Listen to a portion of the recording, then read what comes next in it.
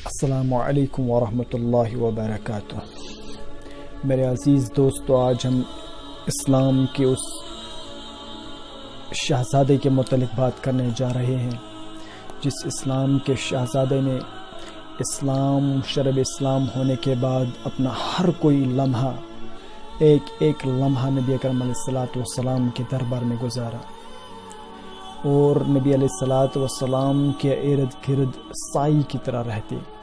نبی علیہ الصلوۃ والسلام جہاں کہیں بھی جاتے اور نبی علیہ الصلوۃ والسلام کے ساتھ جاتے، نبی علیہ الصلوۃ والسلام کے ساتھ غزوات میں شرکت کی، نبی علیہ الصلوۃ والسلام کے ساتھ لڑے اور نبی علیہ الصلوۃ والسلام کی صحبت میں اپنے دماغ کو منور کرتے رہے۔ جی ہاں، میں بات کرتا ہوں حضرت خبیب بن عادی رضی اللہ تعالیٰ عنہ کی۔ آپ رضی اللہ تعالیٰ عنہ مدینے کے اوس انصاروں میں سے تھے۔ جب رسول اللہ صلی اللہ علیہ وسلم نے اہل مدینے کی طرف ہجرت کی تو متعدد بار بارگاہ رسالت میں حاضر ہوئے اور اللہ رب العالمین پر ایمان لے آئے۔ آپ شیریں روح، پاکیزہ نفس، پختہ اور ایمان اور شاداب ضمیر کے مالک تھے۔ جب غزوہ بدر نے اپنے جھنڈے بلند کیے تو اس موقع پر حضرت خبیب بن عادی ایک جرت مند سپاہی اور پیش قدم جنگجو ثابت ہوئے۔ ابتدائی معرکے میں وہ ان مشرکین کے حصار میں آ گئے جو ان کے راستے میں رکاوٹ بن رہے تھے۔ حضرت خبیب رضی اللہ تعالیٰ عنہ نے انہیں اپنی تلوار کے زور پر بگا ڈالا اور حارث بن عامر بن نوافل کو زندگی سے محروم کر دیا۔ اختتام جنگ کے بعد مشرکین کا شکست خورد باقیہ لشکر مکے کی طرف لوٹا تو حارث کے بیٹوں نے اپنے باپ کے مقتل کو معلوم کیا اور اس مسلمان کا نام اچھی طرح ازبر کر لیا جس نے حارث کو میدان جنگ میں قتل کیا تھا، یعنی خبیب بن عادی رضی اللہ تعالیٰ عنہ کا نام ذہن نشین کر لیا۔ مسلمان اپنے دلوں میں ایک نئی معاشرے کی تعمیر و تشکیل کے ارمان لے کر بدر سے واپس آئے۔ حضرت خبیب بن عادی رضی اللہ تعالی عنہ ایک عابد و زاہد آدمی تھے۔ وہ سفیانوں جیسے طبیعت اور عابدوں جیسی شوق عبادت رکھتے تھے۔ وہ عشق سے لبریز روح کے ساتھ عبادت کی طرح مائل ہو گئے۔ رات کو قیام کرتے تو دن کو روزہ رکھتے اور رب العالمین کی تمہید و تقدیس بیان کرنے میں ہمہ وقت مصروف رہتے تھے۔ ایک روز رسول اللہ صلی اللہ علیہ وسلم نے چاہا کہ قریش کی خفیہ سرگرمیوں کا کھوج لگایا جائے اور نبی علیہ الصلوۃ والسلام جنگ کے لیے ان کی حرکات و سکنات اور تیاریوں کے بارے میں جاننا چاہتے تھے۔ اس مقصد کے لیے آپ صلی اللہ علیہ وسلم نے اپنے صحابہ میں سے 10 صحابہ رضوان اللہ تعالی علیہم اجمعین کا انتخاب کیا اور عاصم بن ثابت کو ان کا امیر مقرر کیا۔ خبیب رضی اللہ تعالیٰ عنہ میں شامل تھے۔ قافلہ اپنی منزل کی طرح چل پڑا، یہاں تک کہ اصفان اور مکے کے درمیان ایک جگہ پہنچ گئے جس کی خبر حزیل کے ایک محلے کو ہو گئی جسے بنو لیحان کہا جاتا تھا۔ وہ فوراً اپنے 100 ماہر تیر اندازوں کو لے کر ان کے تعاقب میں نکل کھڑے ہوئے اور ان کا کھوج لگاتے ہوئے ان کے پیچھے چل پڑے۔ اگر بنو لیحان کا ایک آدمی وہاں گری کھجوروں کی بعض گٹھیاں نہ دیکھتا تو قریب تھا کہ وہ 10 افراد کے اس قافلے کو نہ پا سکتے۔ ان میں سے ایک نے گٹھلی پکڑی اور اہل عرب کی سی عجیب قافیہ شناسی کے انداز میں قافیہ لگایا، پھر اپنے ساتھیوں سے بآواز بلند مخاطب ہوا، یہ تو یثرب کی کٹلیاں ہیں، ہمیں ان کٹلیوں کے نشانات پر چلے جانا چاہیے یہاں تک کہ یہ ہمیں ان لوگوں تک پہنچا دے۔ بنو لیحان زمین میں گری ہوئی ان کٹلیوں کے ساتھ ساتھ چلتے رہے یہاں تک کہ انہوں نے دور سے اپنا گمشدہ شکار دیکھ لیا۔ مسلمانوں کے امیر قافلہ حضرت عاصم بن ثابت رضی اللہ تعالی عنہ نے سوچا کہ وہ ہمیں بھگا ماریں گے، لہذا انہوں نے اپنے ساتھیوں کو پہاڑ کے اوپر بلند چوٹی پر چڑھ جانے کا حکم دیا۔ ادھر بنو لحان کے یہ تیر انداز پہاڑ کے قریب پہنچ گئے اور مسلمان دستے کو دامن گوہ میں گھیر لیا، ان کا محاصرہ سخت کر دیا اور پیشکش کی کہ تمہیں کچھ نہیں کیا جائے گا، لہذا اپنے آپ ہمارے حوالے کر دو۔ دستے کے افراد نے اپنے امیر جناب عاصم بن ثابت رضی اللہ تعالی عنہ کی طرف مشاورتی نظروں سے دیکھا اور اس انتظار میں رہے کہ وہ انہیں کیا حکم دیتے ہیں۔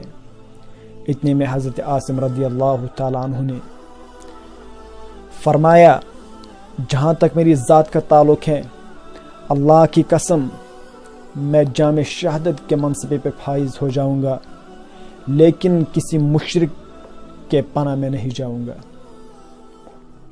ادھر بنو لحان کے تیر اندازوں نے ان پر تیر برسانے شروع کر دیے۔ مسلمان دستے کے امیر حضرت عاصم رضی اللہ تعالیٰ عنہ زخموں سے چور ہو گئے، خون بہتا گیا اور شہادت کے منصبے پہ فائز ہو گئے، اور باقی ساتھی بھی اس کے ساتھ ساتھ شہید ہو گئے۔ باقی بچے 3 صحابہ جن کو کافر نے پھر ناد دے کر بلایا، اگر تم اپنے آپ کو ہمارے حوالے کر دو تو ہم وعدہ کرتے ہیں آپ کو کچھ نہیں کیا جائے گا۔ یہ تینوں آدمی پہاڑ سے اترے، کفار کے تیر انداز نیزے باز حضرت خبیب اور حضرت دسنا رضی اللہ تعالیٰ عنہ کے قریب آئے اور ان کے دونوں ہاتھ نکال کر اور اپنا ازار بند نکال کر ان کے ہاتھ سختی سے باندھ دیے۔ تیسرے مسلمان نے آپ کو دشمنوں کے حوالے کرنا اطاعت امیر کی خلاف ورزی سمجھا اور عزم کر لیا کہ وہ بھی موت کو ویسے ہی قبول کرے گا جس طرح عاصم اور ان کے ساتھیوں نے قبول کیا ہے۔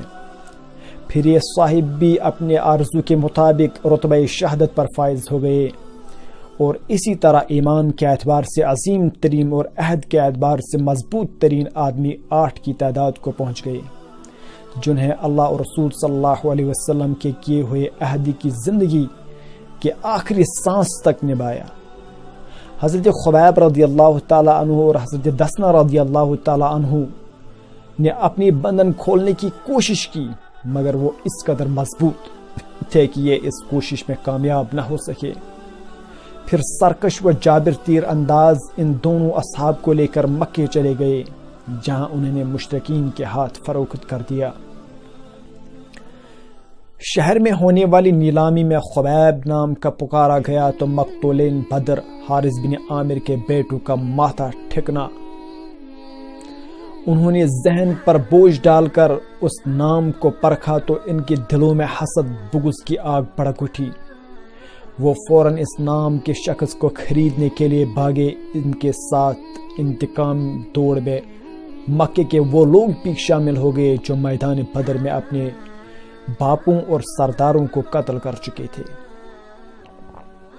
بالآخر یہ سب ان پر پل پڑے اور انہیں اس مقام کی طرح لے جانے لگے جہاں جا کر وہ ان کے بلکہ تمام مسلمانوں کے خلاف اپنے حسد کی آگ ٹھنڈی کرنا چاہتے تھے۔ کچھ لوگوں نے اپنے ہاتھ حضرت خبیب کی ساتھی زید بن دسنا رضی اللہ تعالیٰ عنہ پر ڈالے اور ان کو بھی تشدد سے دوچار کرنے کے لیے لے جانے لگے۔ حضرت خبیب رضی اللہ تعالیٰ عنہ نے اپنا دل، اپنا معاملہ اور اپنا انجام سب کچھ اللہ رب العالمین کے حوالے کر دیا اور قلبی اطمینان اور نفسی جرت کے ساتھ عبادت کی طرح متوجہ ہوئے تو ان پر اللہ تعالیٰ کی ایسی سکینت چھائی جو پتھر پر نازل ہوتی تو اس سے پگھل کر رکھ دیتی، اور خوف و ہیبت پر اس کا نزول ہوتا تو اس سے معدم کر کے رکھ دیتی۔ دراصل اللہ ان کے ساتھ تھا اور وہ اللہ کے ساتھ تھے۔ اللہ کا ہاتھ ان کے اوپر تھا، قریب تھا کہ وہ دست قدرت کی انگلیوں کی ٹھنڈک اپنی سینے میں محسوس کرنے لگتے۔ حضرت خبیب حارث کے گھر میں قید تھے۔ ایک روز حارث کی ایک بیٹی ان کے پاس آئی تو فوراً بھاگتی ہوئی باہر چلی گئی اور لوگوں کو عجیب و غریب چیزیں دیکھنے کے لیے پکارنے لگی، کہنے لگی اللہ کی قسم میں نے اسے انگور کا ایک بہت بڑا گچھا پکڑے دیکھا ہے۔ جس سے یہ انگور کھا رہا تھا، اور یہ تو لوہے میں جکڑا ہوا ہے، اور نہ مکے میں اس موسم میں انگور کا پھل ہے۔ میرا خیال ہے کہ یہ وہی رزق ہے جو اللہ تعالیٰ نے خبیب کو عطا کیا۔ یقیناً وہ رزق تھا جو اللہ تعالیٰ نے اپنے صالح بندے کو عنایت کیا، جس طرح اس سے قبل مریم بنت عمران علیہ السلام کو عطا کیا گیا تھا، جسے قرآن نے بھی بیان فرمایا۔ ایک روز مشرکین نے حضرت خبیب رضی اللہ تعالیٰ عنہ کے ان کے ساتھی حضرت زید بن دسنہ رضی اللہ تعالیٰ عنہ کی شہادت کی خبر سنائی۔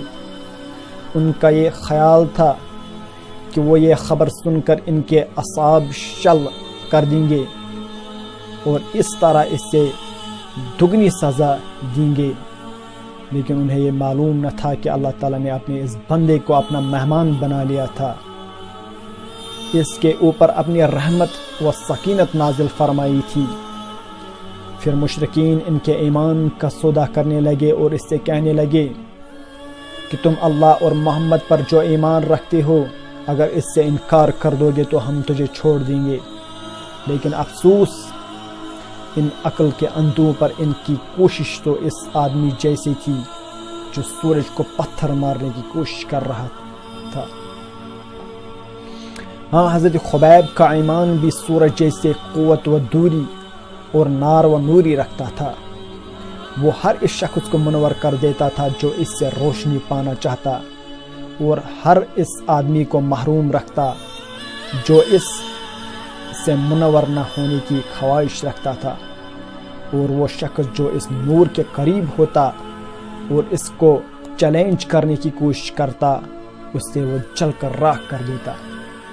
جب دشمنان حق اپنے اس منصبے میں ناکام ہو کر نا امید مایوس ہو گئے تو وہ اس بہادر کو پھانسی کاٹ کی طرف لے چلے۔ وہ انہیں اس مقام کی طرح لے جا رہے تھے جس کا نام نعیم تھا، اور یہی حضرت خبیب کا مقتول قرار پایا۔ وہ حضرت خبیب کو لے کر اس مقرر جگہ پر پہنچے کہ آپ صلی اللہ علیہ وسلم نے ان سے 2 رکعت نماز ادا کرنے کی مہلت مانگی۔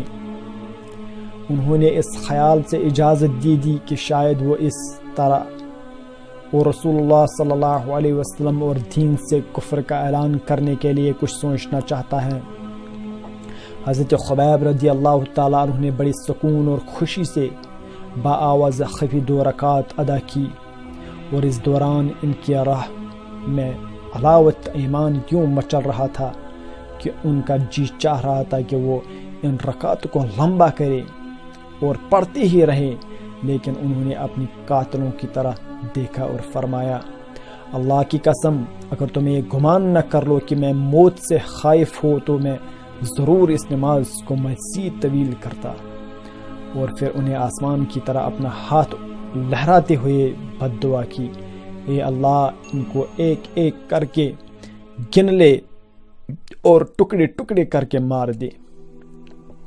شاید عرب کی تواریخ میں پہلی بار ایسا ہو رہا تھا کہ عرب ایک آدمی کو پھانسی دینے کے بعد اسے صلیب کے اوپر ہی قتل بھی کر رہے تھے۔ دشمنان حق نے کھجور کے تنوں سے ایک بہت بڑی صلیب تیار کی اور اس کے اوپر حضرت خبیب کو باندھا، ہر طرح سے مضبوطی کے ساتھ انہیں باندھا ہوا ہے، اور مشرک دشمنی کا بدترین مظاہرہ کرنے کے لیے تیار کھڑے ہیں۔ نیزے باز اٹھتے ہیں اور اپنے نیزے پھینکنے کے لیے نیزہ بدست کھڑے ہو جاتے ہیں۔ پھانسی پر لٹکے بہادر کے سامنے بہیمت کا یہ بدترین مظاہرہ بڑے ذوق سے چل رہا تھا۔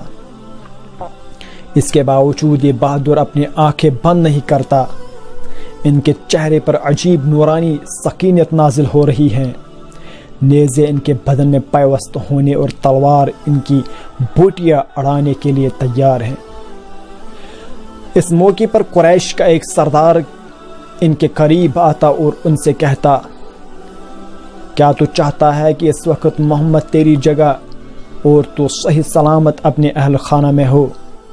حضرت خبیب نے لمحہ بھر کا توفق کیے بغیر آندھی کی مانند رخ پھیرا اور اپنے قاتلوں کو مخاطب کرتے ہوئے بآواز بلند کہا، اللہ کی قسم مجھے تو یہ بھی پسند نہیں کہ رسول اللہ صلی اللہ علیہ وسلم کو ایک کانٹا چبھے اور میں اپنے اہل و عیال، میں اہل و اولاد میں رہوں اور دنیا کی نعمتی و سلامتی مجھے میسر ہو۔ یہ وہ عظیم اور غضبناک الفاظ ہیں جو حضرت خبیب کے ساتھ حضرت زید رضی اللہ تعالیٰ عنہ نے بھی اپنی شہادت کے موقع پہ فرمائے تھے۔ کفر کے ایوانوں میں لرز طاری کر دینے والے یہ ہیبتناک الفاظ کل حضرت زید نے کہے تھے اور آج حضرت خبیب کہہ رہے تھے۔ ان الفاظوں نے ابو سفیان کو یہ کہنے پر مجبور کر دیا تھا کہ اللہ کی قسم میں نے کسی سے محبت کرنے والے کوئی آدمی نہیں دیکھا جس طرح محمد کے ساتھی محمد سے محبت کرتے ہیں۔ حضرت خبیب رضی اللہ تعالیٰ عنہ کے الفاظ گوئے نیزوں اور تلواروں کو اپنا کام کر دکھانے کی اجازت دیتا، اور یہی ہوا کہ نیزے باز اور تلوار وحشیانہ انداز میں ان کے جسم پر برس پڑے۔ اس مقتل کے قریب آسمان پر پرندے اڑ رہے تھے، گویا وہ اس انتظار میں تھے کہ یہ قصاب اپنے کام سے فارغ ہو تو ہم اپنا کام شروع کریں، لیکن یہ چیل اور گدھ چیختے ہیں اور ایک جگہ جمع ہو جاتے ہیں، اپنی چونچیں ایک دوسرے کے قریب کرتے ہیں، گویا یہ آپس میں کوئی سرگوشی اور مشاورت کر رہے ہو، پھر اچانک اڑتے ہیں اور فضا میں بکھر دور دور چلے جاتے ہیں۔ شاید ان پرندوں نے صالح اور فرمانبردار آدمی کے جسم سے آنے والے خوشبو کو محسوس کر لیا تھا اور شرمندہ ہو گئے تھے کہ اس پاکیزہ جسد سے کوئی بوٹی نوچ کھائے۔ پرندوں کا یہ گول حضرت خبیب رضی اللہ تعالیٰ عنہ کے جسد کو چھوئے بغیر دور فضا میں جا چھپا، اور مشرکین ظلم و بغاوت کا بدترین مظاہرہ کرنے کے بعد واپس مکہ میں اپنے حسد بھرے گھروں میں آ گئے، اور خبیب رضی اللہ تعالیٰ عنہ کا جسد شہید اسی حال میں وہیں چھوڑائے کہ نیزے بازوں اور تلوار زانوں کی ایک جماعت اس کی نگرانی میں مامور تھی تاکہ مسلمان اس کو اتار نہ لے جائے۔ اس وقت ان لوگوں نے خبیب رضی اللہ تعالیٰ عنہ کو باندھ کر صلیب پر لٹکایا تھا، تو حضرت خبیب رضی اللہ تعالیٰ عنہ نے آسمان کی طرح رخ کر کے گڑ گڑا کر اپنے رب سے عرض کیا تھا، اے اللہ، ہم نے تو تیرے رسول صلی اللہ علیہ وسلم کا پیغام پہنچا دیا، اب تو بھی اپنے رسول تک اس خبر کو پہنچا دے جو ہمارے ساتھ ہوا۔ اللہ تعالیٰ نے آپ کو دعا قبول فرمائی۔ رسول اللہ صلی اللہ علیہ وسلم نے مدینہ منورہ میں تشریف فرمائے تھے کہ آپ صلی اللہ علیہ وسلم کے اندر یہ شدت احساس پیدا ہوا کہ آپ کے اصحاب مشکل میں پھنسے ہوئے ہیں۔ آپ کو ان میں سے ایک صحابی کا جسد لٹکا ہوا بھی دکھایا گیا۔ آپ نے فوراً حضرت مقداد بن عامر اور زبیر بن عوام رضی اللہ تعالیٰ عنہ کو بلایا۔ دونوں جوان مرد اپنے گھوڑوں پر سوار ہوئے اور نہایت تیز رفتاری سے چل پڑے۔ اللہ تعالیٰ نے انہیں اس مطلوب جگہ پر پہنچا دیا، اور انہوں نے اپنے ساتھی حضرت خبیب رضی اللہ تعالیٰ عنہ کو صلیب سے نیچے اتار لیا۔ آج تک کسی کو معلوم نہیں کہ حضرت خبیب رضی اللہ تعالیٰ عنہ کی قبر مبارک کہاں ہے۔ شاید یہی ان کی زیادہ شائع شان تھا کہ وہ تواریخ کے تذکرے اور زندگی کے ضمیر میں باقی رہے تو انہیں تخت دار پر موجود جوان مرد کے طور پر ہی یاد کیا جائے۔